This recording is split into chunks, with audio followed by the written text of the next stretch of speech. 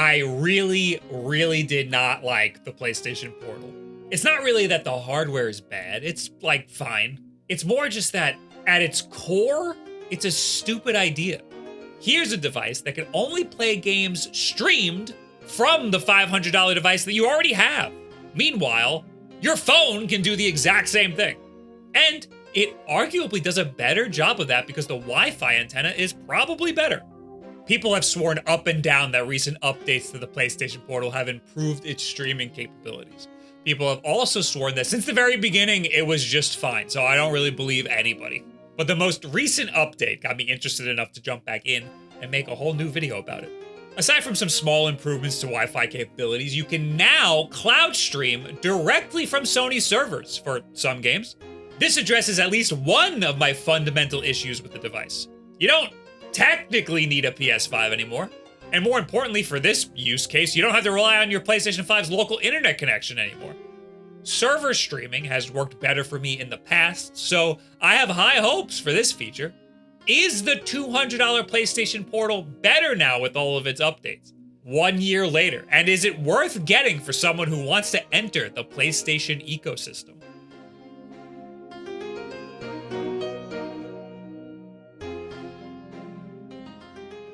This video is sponsored by Surfshark. I stayed at a hotel room the other day and I went on the Wi-Fi and to my horror, it was a public Wi-Fi, unsecured, not even a little authentication or nothing. How am I gonna sleep at night under unsecured Wi-Fi? How am I gonna watch my hentai? That's exactly what Surfshark's for. They can encrypt your data so that nobody on your network can see what you're doing no matter what network you're on, and even at home. Your ISP can't even see what you're doing. Whatever you're doing, they can't see it. Hi, I'm YouTube sensation and tech enthusiast Wulff then. Me and your mother wanted to talk to you about Surfshark.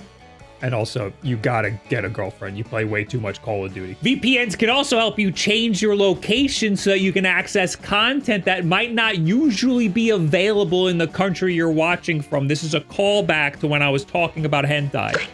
Surfshark 1 gets you their VPN private web search, data leak alerts, and their antivirus. There's no risk to trying Surfshark, and they offer a free 30-day money-back guarantee. So click the link below or go to surfshark.com/den to get an extra 4 months for free. What a deal, oh baby. Surfshark can do these things. Everybody loves the song. Surfshark, yeah, do the things. It's the holidays, you can't expect me to do all these things. I gotta go to see my family all the time. It's annoying, I can't stand them. In that initial review, I got a lot of comments saying I was dumb and that my Wi-Fi must be bad. No, it's not. And also, if it were bad, how come other streaming services like Xbox and Steam remote plays work just fine? Pretty sure I said that in that video. I just said it all the way at the end and nobody watches till the end. People also told me I was dumb and I should hardwire my PlayStation 5. This is actually a valid criticism. You will have a much better connection if your PlayStation 5 has a much better connection. So you should hardwire it if you have the capability, or even at the very least, put your PlayStation 5 in the same room as your Wi-Fi router. If you're not able to do this, maybe just don't even consider getting a PlayStation Portal. I dove back into the PlayStation Portal not too long ago to play Astrobot. I liked that game, and I wanted to play it handheld. And this was an opportunity for me to see if any of those minor updates addressed my issues. Sometime around July, firmware update 3.0.1 released. This enabled the ability to connect to public Wi-Fi networks and improved compatibility with 5 GHz networks. There were a lot of complaints when the Portal first launched last year that some people's 5 GHz Wi-Fi didn't work well, and their connections improved when they switched to a 2.4 GHz connection, which is insane for a product released in 2023.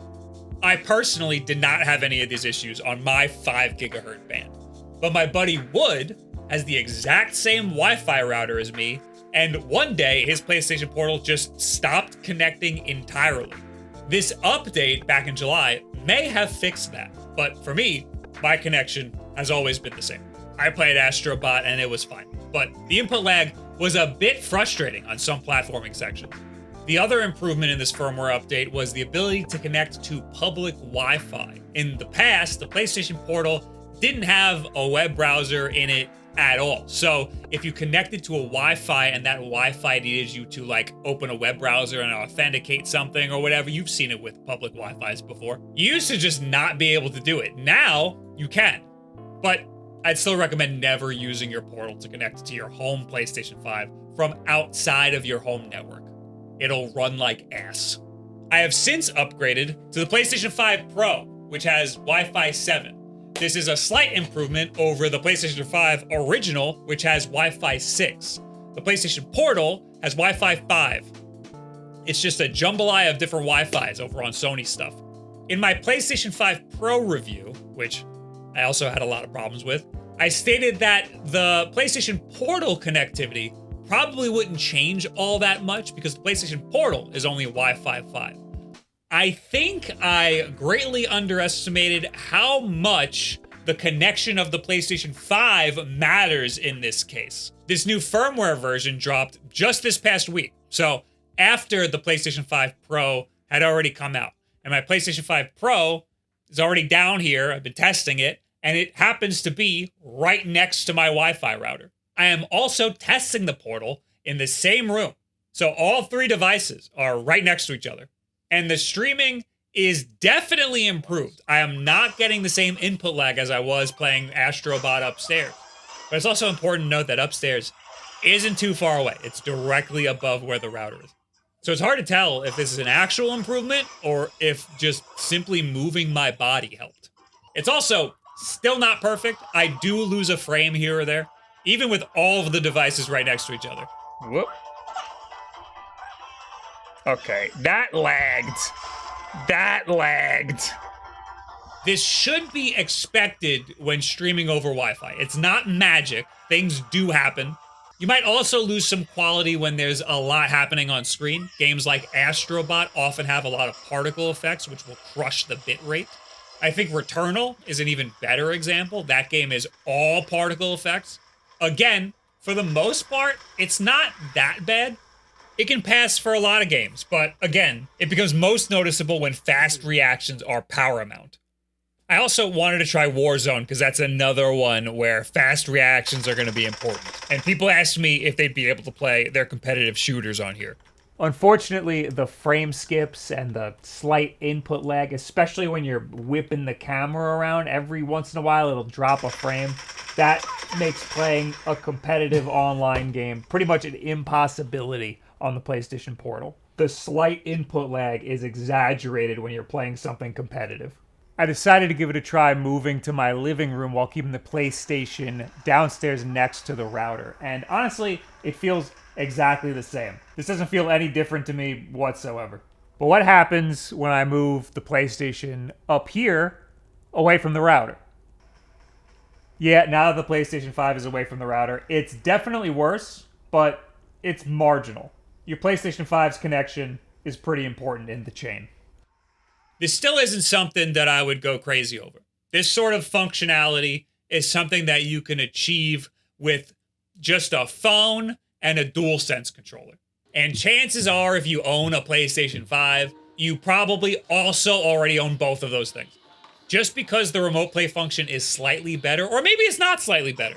Maybe it's just because I fixed my setup. Just because it's slightly better for me doesn't mean I can recommend it. I still think the value isn't there. But Sony did add a little bit of value with cloud streaming. If you have PlayStation Plus Premium, you can now stream somewhere around 120 games directly from PlayStation servers right to your PlayStation Portal. I should note, this is just a little bit less games than what Xbox has on their cloud streaming service that has 382 games. I only recently purchased PlayStation Plus because I needed to access cloud saves. It'd be so easy to just boom, boom, boom, boom. I was not too happy about that, but I only got the essential plan. Luckily, it's prorated, so upgrading to the premium tier only cost me $3. I recommend doing this on a web browser on a computer. It's a lot easier. Once you have that set up, head over to the settings on the portal to enable the cloud streaming beta. It's in beta, so it's something you have to opt into. Once you do that, it'll be added to your home screen. The first thing you'll see when you boot up the PlayStation Portal is the option to choose between your home PlayStation 5 and the cloud beta. At first, it might not work. It requires you to log out and log back in, or it might just simply require a restart. This is a beta, so I have hope that things will be different in the future, but this list of 120 games seems to have no way of sorting it. Now we could finally play Lawn Mowing Simulator. It says in the corner, sorted by recently added, but there doesn't seem to be a way to change that sorting. So if you have a specific game in mind that you want to play, good luck finding it. You're on your own. I'm also not that impressed with the catalog here. It says these are PlayStation 5 games, but hardly any of them are actually PlayStation 5 games. Most of these are for older systems. I completely gave up trying to count which ones are PlayStation 5 exclusives. I don't want to discredit it too much. There are some pretty decent games here. It's just not going to be the newest stuff. I tried Spider-Man Miles Morales because it's one of the few actual PS5 games. It also has my cloud save from my PlayStation 5 game, and it's the closest comparison I could get to what I just experienced on the Portal via remote play. It started off a bit wonky. The bitrate was dipping a bit, but eventually after a bit, it evened out. When it works good, this feels more or less the same as remote play. I would just say instead of frame dips, you may experience more resolution dipping or bitrate crushing. That's what those blocky artifacts are and those glitches. This lasted quite a while, but again, it did eventually smooth out, and it felt like I was just playing it locally, which has been exactly my problem with the PlayStation Portal. It's very unpredictable. Some days, it'll work just fine, and other days, it will be completely unplayable. You never know what you're going to get. I'd imagine that the cloud streaming on the Portal will probably be pretty similar, and that's disappointing to me, because I had high hopes for the cloud streaming. In my experience, cloud streaming PlayStation games on a PC worked better than remote streaming. I was doing it on my PC handheld and everything was just fine. But that might just be the better hardware of this ROG Ally picking up the slack. But that's PlayStation cloud streaming on a PC. Back to the Portal, I used Dead Cells as a test for input lag, and it honestly felt great. I didn't notice any frame issues or resolution dips or input lag whatsoever. It felt exactly like I was playing locally. So it can be great. Again, your mileage will vary. You have to really take into account your setup. If you have the ability to hardwire your PlayStation 5, or at the very least put your PlayStation 5 in the same room as your Wi-Fi router, you might like the PlayStation Portal. If you're going to be playing your PlayStation Portal in the same room as your PlayStation 5 and your Wi-Fi router, even better. But I know that's not exactly convenient for everybody. I know a lot of people are excited about this update because now they technically have the ability to use their PlayStation Portal without a PlayStation 5. This is technically true. But look at that library. It's not very impressive. You're not going to be playing the latest and greatest PlayStation games via cloud streaming. I hope this is something they improve because it would be a great selling point. There's a lot that Sony does that has me scratching my head, but I want to prove that I'm not just a Sony hater.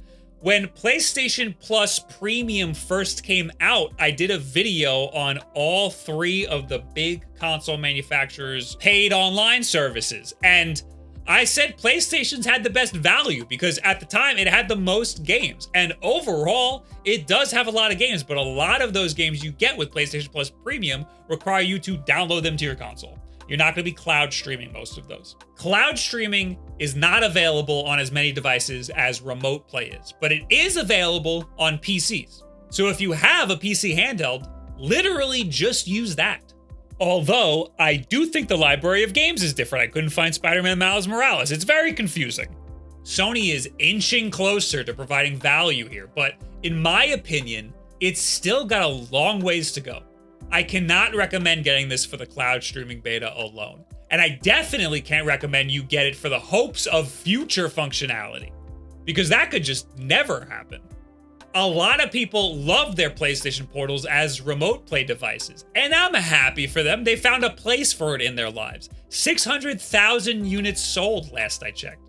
Some people are also not very sensitive to input lag and frame jitters, and some people won't even experience those issues at all, and some people will. I implore you to just For the love of God, try it on your phone first. See how that works. Because the portal doesn't improve anything besides a simple, easy connection process and haptic triggers. And now, the ability to cloud stream some games, which Sony is gatekeeping behind some hardware for some reason. So what do you guys think about the PlayStation Portal? Does this give you any more reason to get one, or do you have one already and you think I'm dumb? Leave it in the comments below. At me on Twitter or Blue Sky, and any and all this other social media garbage. We stream a lot of this stuff over on twitch.tv/WulffDen, where I messed around with this and people helped me out in the chat and told me what I should do. Thank you, Surfshark, for sponsoring this video. Check out WulffDenApparel.com. And of course, the most important thing you can do to help support this channel is subscribe right here and share this video with a friend who's thinking about getting one of these as an accessory to that guy. And I don't know if this will help him. Thank you very much. Have yourself a good week.